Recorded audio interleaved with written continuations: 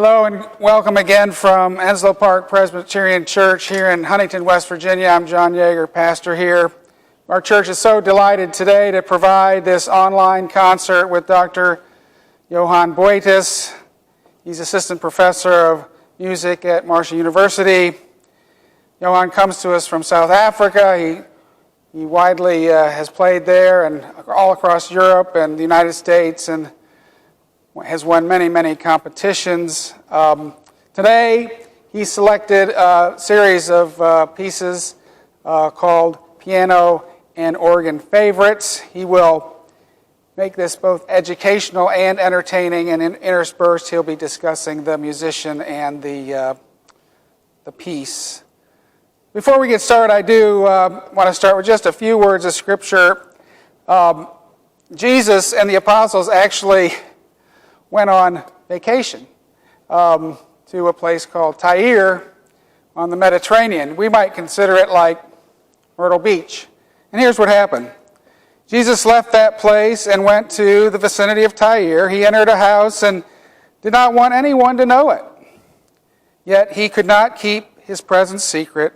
In fact, as soon as she heard about him, a woman whose little daughter was possessed by an evil spirit came and fell at his feet. The woman was a Greek, born in Syria, Phoenicia. She begged Jesus to drive the demons out of her daughter. You know, as I was thinking about this, perhaps we can understand and feel a little bit like Jesus did. The last 6 months, we've not been able to get away from the bad news. It seems like every day we're hit with something new, some new variation, some new change, some new scenario. So it's our hope that during the next hour or so that this music can transport you to a place of peace and rest, and maybe you turn down the lights, light some candles, or even try to get under the stars and make it a truly tremendous and memorable experience. So with that, it is my honor and pleasure to introduce you to Dr. Johan Botes.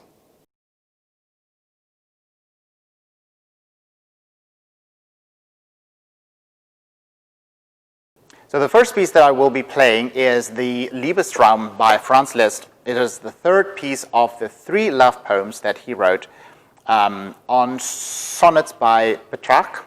And it's just, basically about love, all the good things about love and all the wonderful things that can come from that. And this is the third one. This is the most famous one. If I play this, I'm sure that everyone will probably recognize it. It's been in a lot of movies, and it's a favorite among pianists, among encores as well. So I hope you enjoy this lovely piece.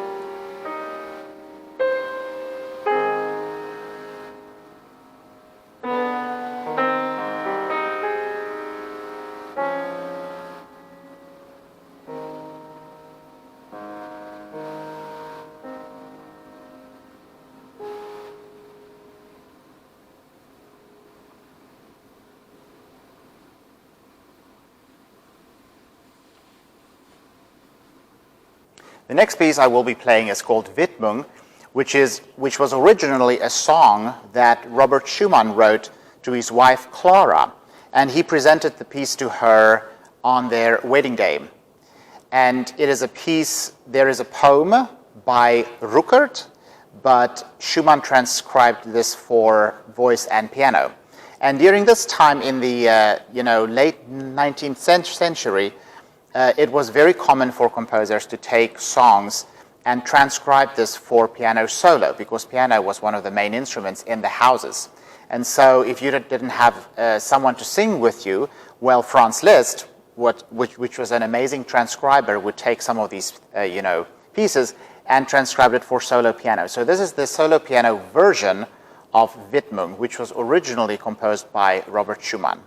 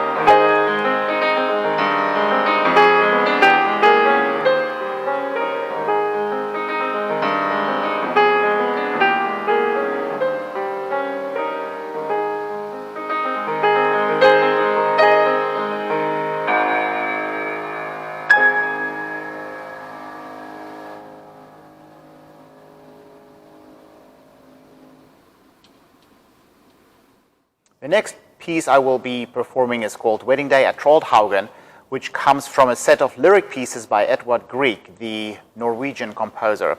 Edvard Grieg is very famous for these lyric pieces. It's probably his most famous piano pieces out there. This one is called Wedding Day at Troldhaugen, and it's a piece that he wrote for his wife as well on the eve of their marriage. And it's called Wedding Day at Troldhaugen because that's where they got married, and he gave this to her on their wedding day. It's an amazing piece because I feel you can feel in the beginning, like you'll hear that there is like these open fifth chords, which is like a march almost, which is like the horses all arrive at the church to have the ceremony. And then in the middle of the piece, you'll hear these intervening melodies, first by the right hand and then by the left hand.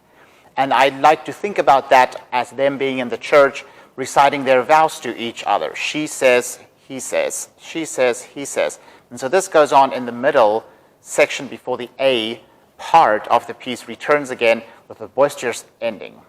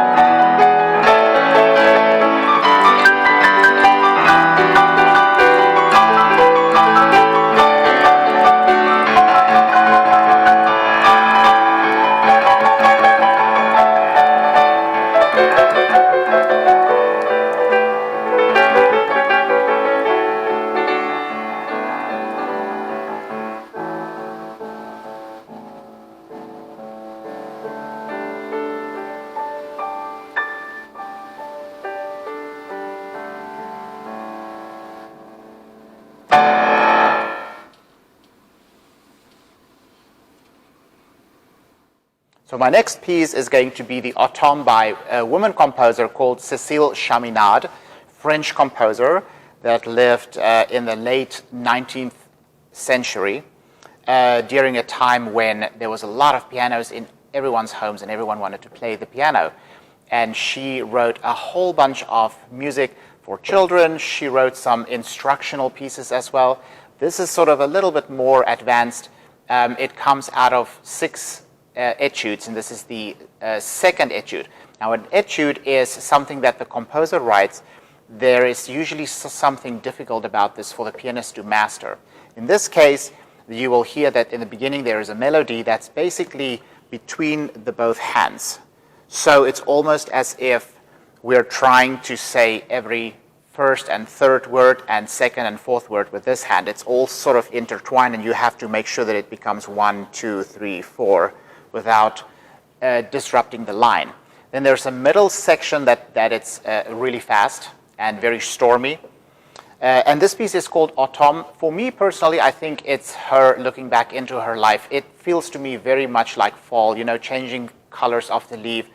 And she's also like in the end of her life, and she's sort of thinking back about, you know, her wonderful life and what could have been or what has been. So enjoy Autumn.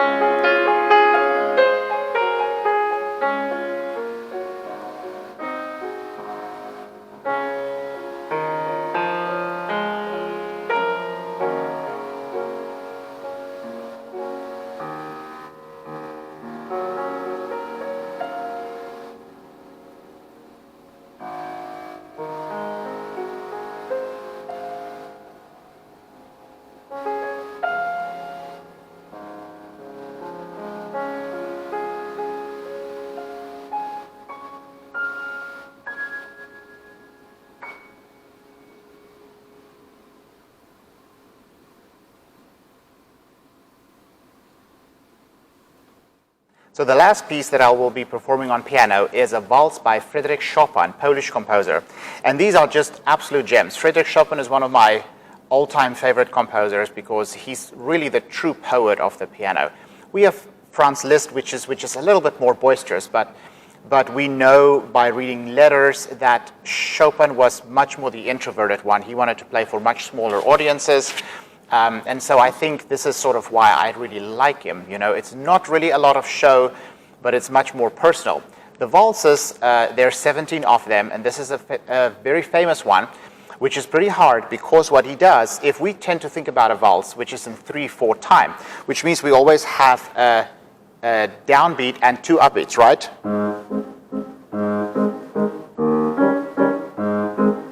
But what he does is he maintains this structure in the left hand while the right hand has a melody in 2, not in 3.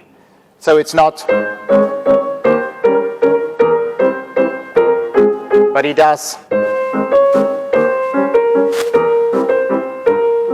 So there's 3 and 2, and so this 3 and 2 struggle is throughout the whole piece. So I hope you enjoy this valse by Fredrich Chopin.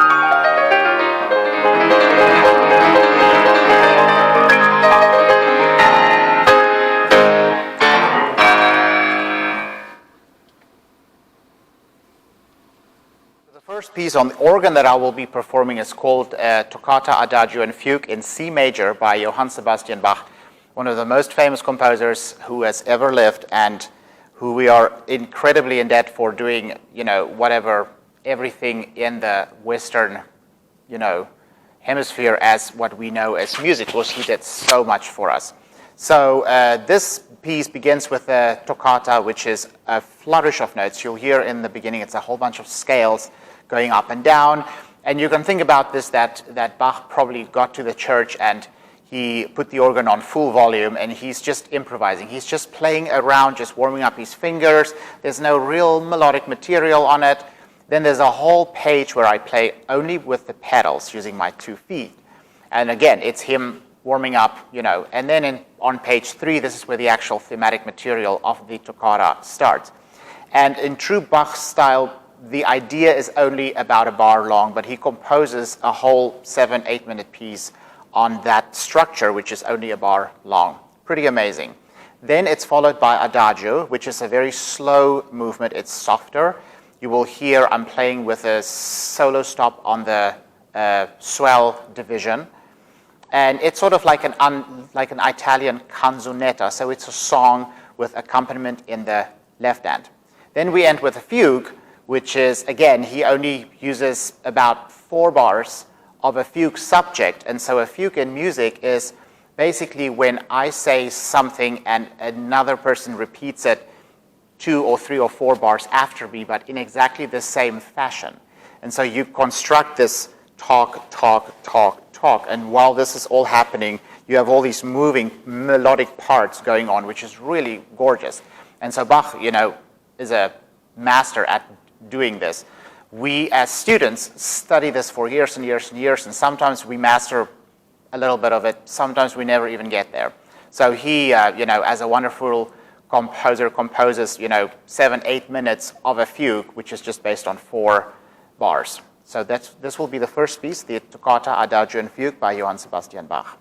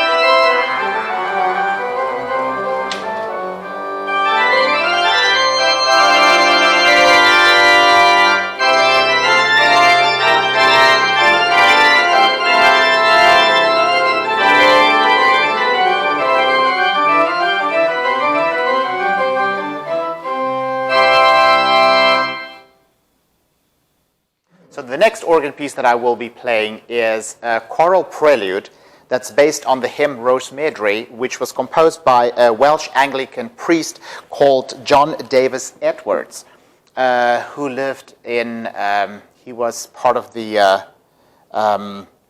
country borough of Wrexham, Wales. This is where he lived. And Ralph Vaughan Williams, which is a very famous British composer, early 20th century, took the hymn and he composed an organ prelude on it. It's really one of the most famous organ preludes composed by him, and it's so amazing for me to play it, because on an organ which has very nice foundation stops, which is the first stops that you're working with, it really, for this organ, it has nice and full features. So it's for me, it's very nice to play this piece, and I hope you enjoy this choral prelude by Vaughan Williams.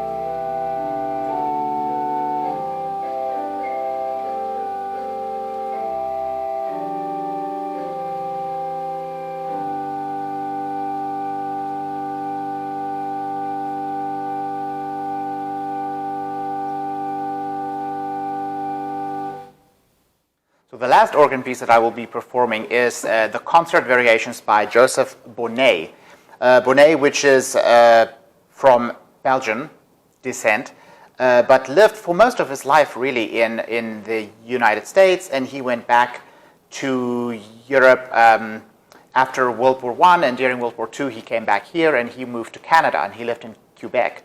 An amazing composer, and also this is the very first opus number, which means that when you compose pieces and you publish it, they get numbers like opus 1, opus 2, opus 3. This is the first opus piece, which means that this is the piece that he thought is good enough for him to put his stamp of approval on it. And as I said, it's called concert variations, which means that there are about 5 or 6 variations on a theme. So in the beginning, you'll hear big, loud chords with flourishes on the organ.